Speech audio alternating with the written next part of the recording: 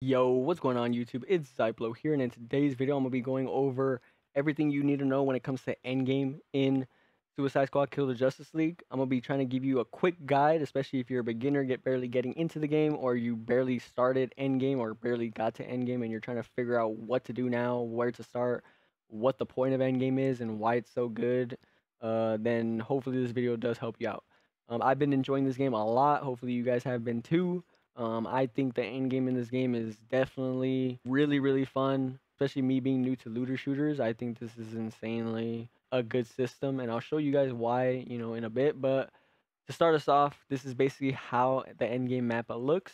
There's 3 incursion missions, there's 2 survival mode missions, and the main boss fight. This is the only boss fight in the game. It's basically just killing Brainiac again from the campaign, but with higher difficulty because you can endlessly keep on going in mastery levels. Each mastery level basically increases the difficulty of the same mission. But yeah, that's basically how mastery levels work and how that is. And yeah, so when you go to end game, you're gonna be needing a lot of these Promethium coin. That's how you're able to actually start a mission. So as you can see right here, in order for me to do the boss fight, I need to get Promethium. I need to get 3,000 Promethium coins. And the fastest way to get Promethium coins, if you guys don't know, is actually to do this mission right here, Killing Time. And the reason why I say that is because when I first started, I actually thought, because the game kind of teaches you, you kind of have to do these little small missions right here that also give you Promethium coin so that you can stack up enough so that you can actually go to these incursions, or stack up enough so you can actually just go straight to fighting Brainiac again. But one thing that I didn't notice is that this mission right here actually gives you Promethium coin for completing it. And one thing I also noticed is that I actually did this mission one time, and I got all the way to mastery level 22 once, and it gave me like 5,000 Promethium coin, I swear. So from now on, I'm going to be grinding this. And then when it comes to the gear that you can unlock and why the end game systems are so good in this game, in my opinion, so basically, from my understanding, the way that it's going to be working when it comes to seasons, I guess, you can think of this as season 0. Each season is going to be based around a certain villain or hero, maybe, who knows. But so far, it's just villains because this is the only one. This is the only dimension. And this one's based around Bane, as you can see. They're going to also be mutators and stuff. So mutators will basically change the game also, depending on when it's active and stuff. And for example, like if you see on the bottom left corner of your screen when you're in a mission and it shows like the boom icon, then on death enemies explode, damaging nearby enemies and players. So it kind of just changes the game, makes it a little bit more different so that not every single mission feels exactly the same all the time. You know what I'm saying? And it's just a little bit more challenging. And each of these worlds have their own set of rewards. So as you can see right here, there's tier 1, tier 2, and tier 3 rewards. And another thing you might think when you first get into this is once I get to tier 3, I basically beat the game. Like, no, that's not kind of like how it works from what my understanding so far. Like the tier 3 stuff is really good, don't get me wrong, but you can still use the tier 2 stuff, still use the tier 1 stuff and make them viable. And that's where like builds come in and stuff like that. And this is what I was talking about when I was saying like there's just so much to it because when you actually get down to actually trying to make builds and make your character powerful, like it's crazy. And then you can also combine notorious items. These notorious items right here, you can combine them with the Bane items or like the tier 3 items or tier 2 or tier 1 and make them even more powerful with what they call villain synergy.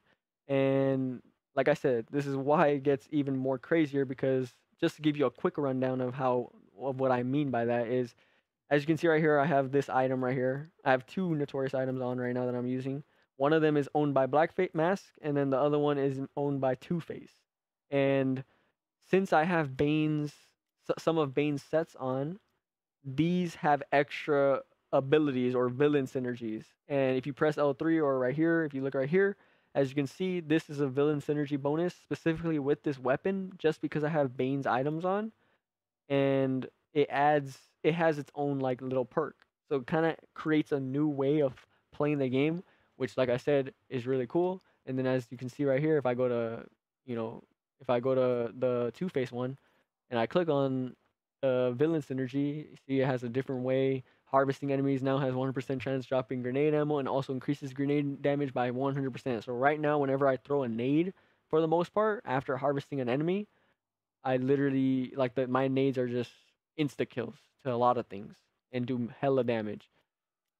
And that works with that only works because I have these Bane items on. And then you can actually do this with a lot of notorious items with like different characters and stuff. So like for example, if I go to this neck bomb right here and I were to put Hugo Strange's specialization on, as you can see, when I put it on, it also adds a villain's synergy to it. So it's Bane and Hugo Strange. Each time you craze an enemy, you gain 50% damage increase for 30 seconds up to maximum of 250%. And right now the theme of this whole like world or whatever is all about craze because that kind of coincides with Bane. So like I said, it just adds even more crazy combinations that you can do. There's just so much to get into. I barely touched the surface of certain things, but there's just so much to get into when it comes to gear and stuff. And the reason why this is important and the reason why it makes me excited is because if they're doing it like this to start off, imagine when they create new worlds. And the new worlds, imagine how these notorious items right here will go with like the new world characters, for example. Like let's just say the new world has Mr. Freeze, and then the world is based around Freeze affliction, for example. Like imagine how these notorious items that you have will have villain synergy to those items. You know what I'm saying? And then what if you have like Bane's items, like 3 sets of Bane's items, 3 sets of like Mr. Freeze, for example, as items, right? If he had items also, and then you had like a notorious weapon. Like imagine if that weapon would have 2 villain synergies. Yeah, that's just me yapping at that point, but like I said, it just makes me excited because of how crazy the combinations can be and how far they can take this in the future, especially for how good it is right now. Imagine like later on. And like I said, I haven't even touched the surface. And there's probably so many builds out there that people can do that we haven't even figured out. And yeah, so that's kind of like the quick rundown on how builds and weapons and stuff like that work and why Endgame is so good. And then when it comes to what each mission gives you, just keep in mind. So for example, these incursion missions, you'll see that like if you do this one, for example, it actually target farms for you. So this one specifically gives you Bane infamy weapons. This one gives you shields and grenades, and then this one gives you the neck bombs and lucky charms. So keep that in mind because at first I didn't know this. Because this mode right here from the incursions is probably the most fun one out of the three, in my opinion, because this one's like the one that you can actually do the fastest. You know what I'm saying? So I didn't know that I was basically collecting shields and grenades the whole time by just completing this. And I was looking for the weapons, you know what I'm saying? So like now that I know this, whenever I need a weapon or whatever I'm trying to get a good weapon, I just go over here and then I target farm the weapons by doing it on higher mastery levels depending on what tier weapon I want. And then I'll just do it and then I'll get a random weapon from the choices. And then if you're trying to get even crazier, there also is a leaderboards. And if you're wondering how the leaderboards works, basically, this number right here that this guy has, for example, 222, it's basically a combined number of the highest mastery level he's reached on the incursion missions. So these 3 incursion missions, as you can see right here, this is the same guy, Diamond FX. He has 74 on this one specifically. He has 73 on this one, and then he has 75 on this one. So that means he's completed this mission on level mastery 75. And then if you combine all 3 of those numbers, it will be equivalent to 222, and that's why he's number 1 right now on the leaderboard. So it kind of just adds up all 3 of those scores, and it kind of just shows that this guy has completed it at the highest level, which is why he's number 1 in all 3 of these categories. And then the Brainiac one, like the boss, is its own thing. So this is probably the easiest way to get on the leaderboard if you were trying to get on the leaderboard because it's only one thing that you have to do and you basically just have to beat the one record or whatever that somebody has. And let's just say, for example, you had the same mastery level, like you completed the same mastery level as a guy like that's number 1, for example. It would basically take whoever did it the fastest would be number 1. You get me? So that's basically how the leaderboards work. So if you're trying to get into that, you're trying to grind that, and you didn't understand kind of how it worked, because when I first looked at that, I was like, what's that number mean? Does that mean he's level 222? Like, no. And then the last thing is also when you get to end game, you'll have your talent tree right here.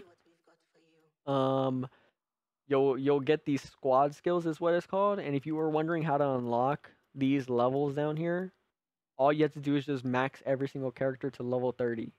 So as you can see right now, my total character level is 34 because I've only played with Boomerang, and I've only gotten him to level 30. And then I have Shark, I have him at level 4. That's why it's at level 34, because it combines all of their levels. I only have Harley Quinn at 1, and I haven't even played with Deadshot either. And yeah, so if you were wondering that too, um, this is another thing at endgame. This is why like playing all the characters would probably be useful in the future. As of right now, like for me, for example, I haven't even gotten that far because I haven't even wanted to play the other characters, to be honest. But I'm going to have to do that soon in order to unlock all of these you know, things. But yeah, that's pretty much it for this video. If I left anything out, I'm probably gonna be saving it or making another video for it. But as of right now, this is everything I can think of when it comes to Endgame, and everything I can think of on, you know, what I had problems with kind of in the beginning, and what I didn't understand, and what I kind of like know now. So I'm kind of basically just sharing my knowledge with you guys, hopefully helping you guys out when it comes to, you know, why Endgame is good and stuff like that, and what to do in Endgame. And